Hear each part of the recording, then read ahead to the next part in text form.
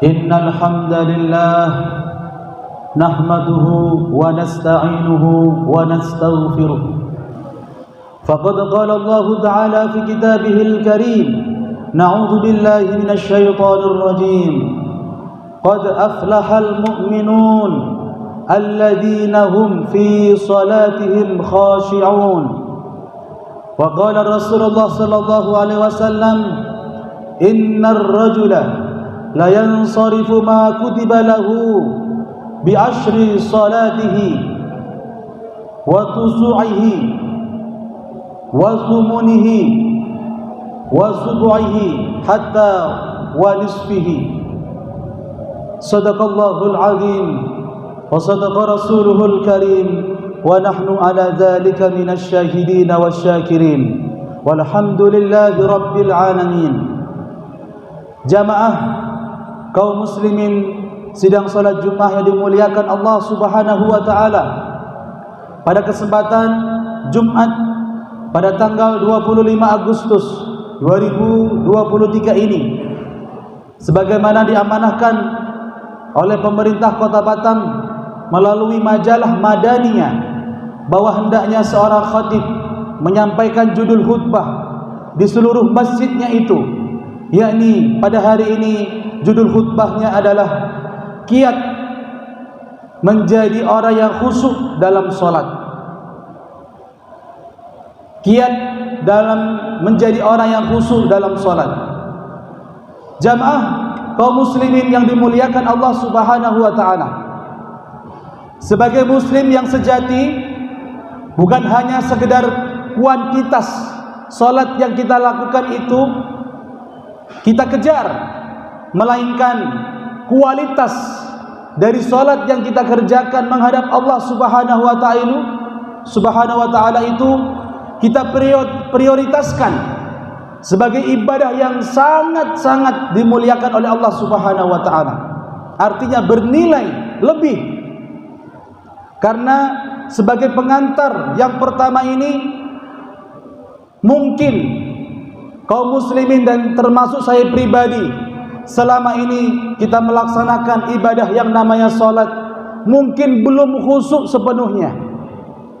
Karena kata Nabi Muhammad SAW, innar rajula, sesungguhnya seorang laki-laki itu la yansarifa ma kutibahu, ketika dia selesai melaksanakan salat, ada orang-orang itu hanya mendapatkan 1/10 dari salatnya, ada yang mendapatkan 1/9 dari salatnya, ada 1/7, 1/6, 1/5, bahkan ada dia pulang dari salatnya itu hanya mendapatkan separuh dari salatnya. Dari mulai kita takbir Allahu Akbar sampai salam, bahkan ada yang tidak mendapatkan apa-apa, hanya sekedar letih, capek, karena dia tidak tahu mungkin makna dari salat itu sendiri, atau dari awal dia takbir dia sudah digoda oleh syaitan, memikirkan ini dan itu, sampai dia salam pun dia tetap digoda oleh syaitan. Bagaimana itu bisa terjadi? Padahal pesan dari Allah Subhanahu wa taala Quran surah Al-Mu'minun itu ayat 1 dan 2-nya, qad aflahal mu'minun. Kalau bisa seorang muslim itu, seorang mukmin itu, dia adalah orang yang paling sukses, aflah, yang paling sukses, yang paling beruntung. Siapakah dia? Alladzina hum fi salatihim khashi'un. Dari kesuksesan itu dia peroleh dari menegakkan dia salat dengan khusyuk. Jamaah yang dimuliakan Allah Subhanahu wa taala, menjadi prihatin, menjadi pelajaran buat kita semuanya sebenarnya, dan sejauh mana salat yang sudah kita kerjakan ini bernilai di hadapan Allah Subhanahu wa taala. Atau jangan-jangan salat kita hanya sekedar ruku, sujud seperti burung yang mematuk-matuk. Yang kata Rasulullah, pencuri yang paling buruk adalah pencuri di dalam salat. Bagaimana itu bisa terjadi ya Rasulullah? Yaitu ketika dia salat hanya sekedar tidak tumakninah, ruku dan sujud dengan cepat seperti burung yang sedang mematuk. Na'udzubillah summa na'udzubillah. Maka dalam kesempatan ini jamaah kaum muslimin yang dimuliakan Allah, hendaknya kita dengarkan, kita buka kembali penjelasan-penjelasan para ulama tentang bagaimana salat itu bisa khusyuk, sehingga ketika muazin manggil hayya 'alal falah, sebelumnya didahului dengan hayya 'alas shalah. Mari kita salat. Ditanya oleh orang-orang yang ada di pasar, dimanapun dia berada, kenapa kita harus salat? Hayya 'alal falah, sehingga mari kalian semua menuju kemenangan. Orang salat itu ketika dia menunaikan panggilan Allah ke masjid maupun ke mushola, sesungguhnya itu adalah orang-orang yang sedang menuju kemenangan. Dan kemenangan kaum muslimin itu ketika dia mampu menegakkan salat dengan khusyuk. Dan itu nanti kita akan rasakan jamaah ketika kita sudah pindah alam, artinya sudah diganti alamnya oleh Allah di akhirat nanti, bahwa benarlah orang-orang yang salat dengan khusyuk itu dia akan mengalami kesuksesan yang sangat luar biasa. Karena amalan yang akan pertama ditanya oleh Allah Subhanahu wa taala sebelum amalan-amalan yang lain, awwalu ma yuhasabu bihil abdu yaumal qiyamah, di hari kiamat adalah yang pertama adalah salatnya.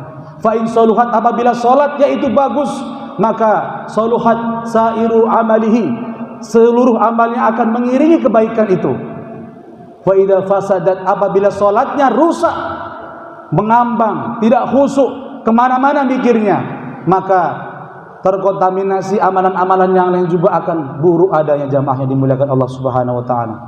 Maka menurut para ulama, ya jamaah yang dimuliakan Allah Subhanahu wa taala, termasuk ulama Imam Izzuddin Abdus Salam, ulama yang hidup abad ke-600 itu menjelaskan dalam kitabnya itu kiat-kiat dalam melaksanakan khusyuk dalam salat.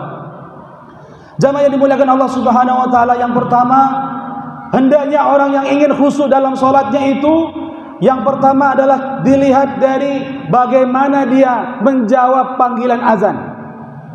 Ketika azan berkumandang, stop aktivitas, hentikan kalaupun ada pekerjaan, segera dia memperrehatkan pekerjaannya itu, mengutamakan panggilan azan. Ketika dia sudah mendengarkan azan dan menjawab setiap lantunan-lantunan azan itu, maka dia hendaknya melaksanakan wudu itu dengan pelan-pelan dan jangan tergesa-gesa. Ini kiat yang paling penting ketika kita ingin khusyuk dalam salat, jamaah kaum muslimin yang dimuliakan Allah. Ketika kita mengambil air wudu, setiap sentuhan-sentuhannya menyentuh basuhan muka, seakan-akan mengguyur semua dosa-dosa yang pernah kita lihat lakukan di antara wajah ini, digugurkan oleh Allah dengan air wudu.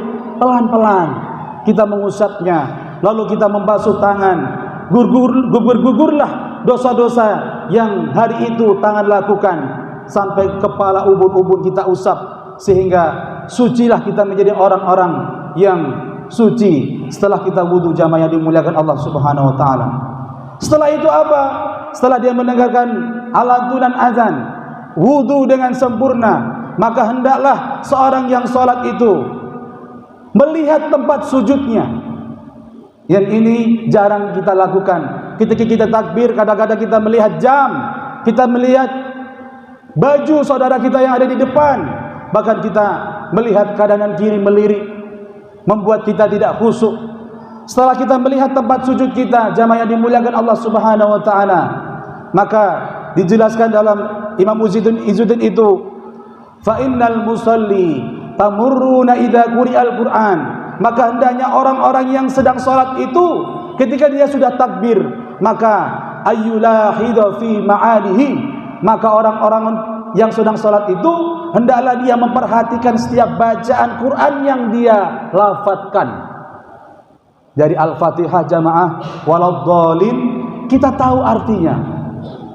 Sampai kita ruku, nanti sujud, sampai i'tidal, sampai tahiyat, sampai salam, hendaknya seorang itu mengetahui makna apa yang dia ucapkan itu. Itu kiat, jamaah yang dimuliakan Allah Subhanahu wa taala.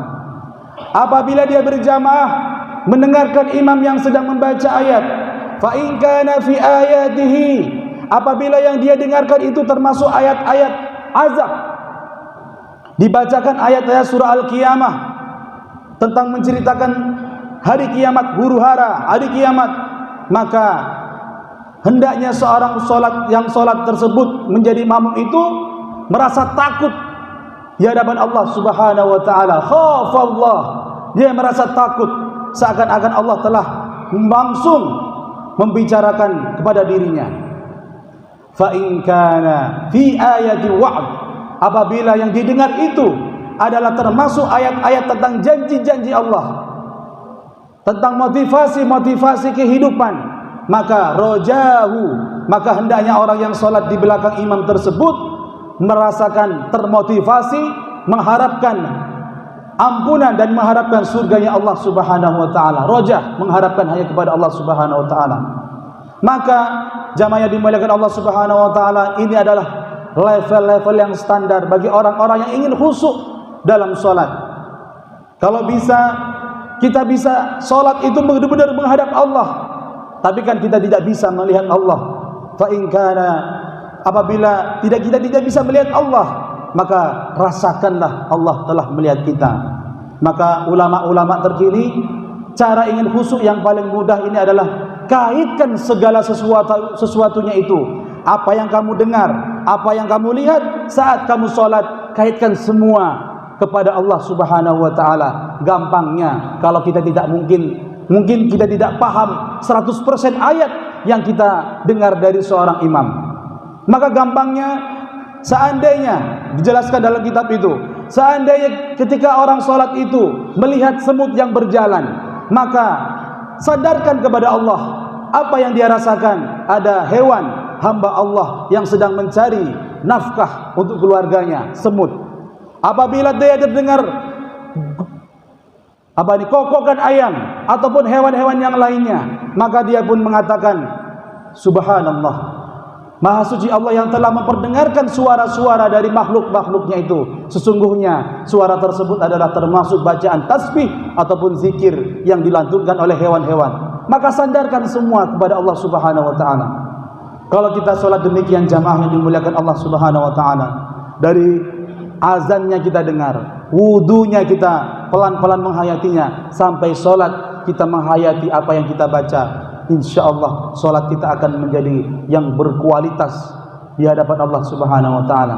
Bukan hanya kuantitas yang hanya mengejar banyaknya bilangan sholat, tetapi lebih daripada itu, kualitasnya kita tingkatkan lagi untuk menjadi orang-orang yang aflah, menjadi orang-orang yang sukses dunia sampai ke akhirat. Barakallahu li wa lakum fil Qur'anil azim wa nafa'ani wa iyyakum bima fihi minal ayati wa dzikril hakim wa taqabbala minni wa minkum tilawatahu innahu wal ghafurur rahim.